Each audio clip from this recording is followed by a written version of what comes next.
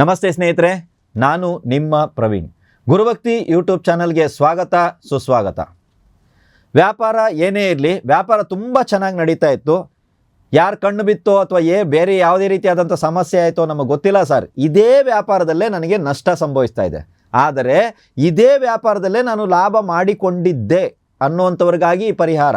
ಸ್ಟಾರ್ಟಿಂಗಿಂದ ಅಲ್ಲ, ಈ ವ್ಯಾಪಾರದಲ್ಲಿ ಚೆನ್ನಾಗಿ ಲಾಭ ಗಳಿಸಿದ್ದೀನಿ, ಈ ವ್ಯಾಪಾರ ನನಗೆ ಊಟ ಕೊಟ್ಟಿದೆ, ಈ ವ್ಯಾಪಾರದಿಂದ ನಾನು ದುಡ್ದಿದ್ದೀನಿ.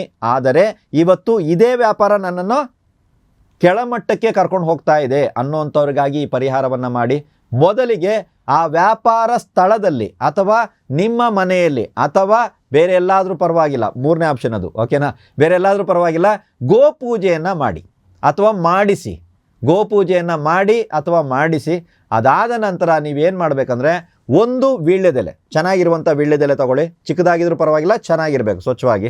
ಒಂದು ವೀಳ್ಯದೆಲೆ, ಒಂದು ಅಡಿಕೆ ಬಂದ್ಬಿಟ್ಟು ತಿನ್ನೋ ಅಡಿಕೆನೇ ಇರಬಹುದು, ಒಂದೇ ಒಂದು ಅಡಿಕೆ. ಗುಂಡಡಿಕೆ ಹಾಕಬೇಕಾ, ಬಟ್ಲಡಿಕೆ ಹಾಕಬೇಕಾ, ಏನು ಬೇಡ, ಒಂದು ಅಡಿಕೆ.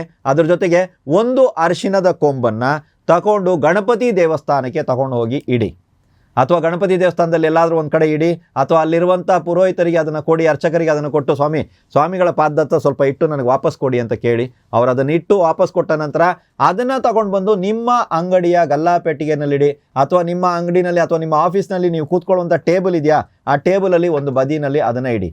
ಈ ಪರಿಹಾರವನ್ನು ನೀವು ಪ್ರತಿದಿನ ಮಾಡ್ಕೊಂಡು ಬನ್ನಿ, ಅಥವಾ ಪ್ರತಿ ವಾರದ ಬುಧವಾರದಂದು ನೀವು ಮಾಡ್ಕೊಂಡು ಬನ್ನಿ ಈ ಪರಿಹಾರವನ್ನು.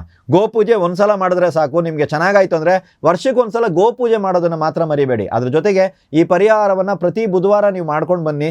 ಖಂಡಿತವಾಗಲೂ ಯಾವ ಒಂದು ಕಂಪನಿ, ಯಾವ ಒಂದು ಆಫೀಸು, ಯಾವ ಒಂದು ಕಚೇರಿ, ಯಾವ ಒಂದು ಉದ್ಯಮದಲ್ಲಿ ನೀವು ಇಂಪ್ರೂವ್ ಆಗ್ತಾಯಿದ್ರೋ, ವ್ಯಾಪಾರ ಕ್ಷೇತ್ರದಲ್ಲಿ ಇಂಪ್ರೂವ್ ಆಗ್ತಾಯಿದ್ರೋ, ಎಲ್ಲಿ ಇವಾಗ ನೆಲ ಕಚ್ಚಿದೆಯೋ ಅದೇ ವ್ಯಾಪಾರ ಮತ್ತೆ ನಿಮಗೆ ಕೈ ಹಿಡಿತದೆ, ಮತ್ತೆ ನಿಮ್ಮ ಜೀವನದಲ್ಲಿ ಒಂದು ಹೊಸ ಮಿಂಚನ್ನು ತಂದು ಕೊಡುತ್ತೆ ಅಂತ ನಾನು ಅನ್ಕೋತಾ ಇದ್ದೀನಿ.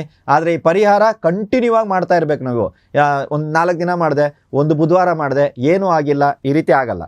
ಬುಧವಾರ ಕಂಟಿನ್ಯೂ ಆಗಿ ಈ ಪರಿಹಾರವನ್ನು ಮಾಡಿ.